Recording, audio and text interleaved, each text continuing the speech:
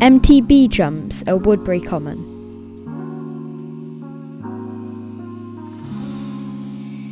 In this video, I'm going to be riding some of the newer jump lines at Woodbury Common. There's some pretty good jumps all along the way of some of these jump lines, so let's see how they are as they're quite new. So starting off with the first jump line, there's two type berms which lead straight into a gap jump. The jump took many attempts to clear, but overall I'm really happy with how it turned out.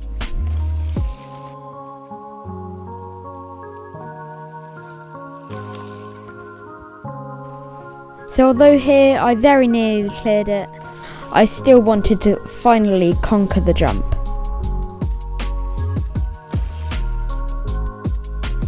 So here is the final result. I had to get in about 3 pedal strokes after the 2 quite steep berms, so I get enough speed for this jump, but overall it worked out pretty well and I'm quite pleased with the jump. Now let's see it a bit faster. The next line that I'm going to be looking at is a line which is quite flowy, jumpy and fun to ride.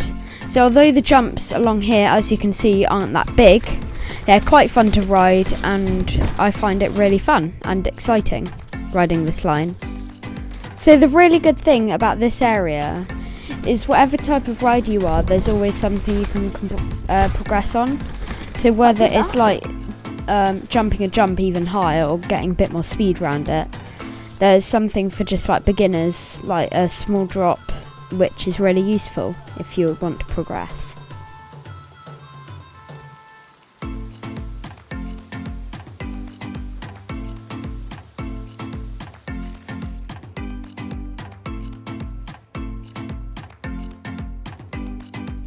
So what's really good about this area being so open is that there's a line choice pretty much which leads to everywhere. So pick any line and there'll be like routes off to the side which you can go to and have some fun down those trails, and then you can go and do the other lines, which I think is really nice about this really big open section.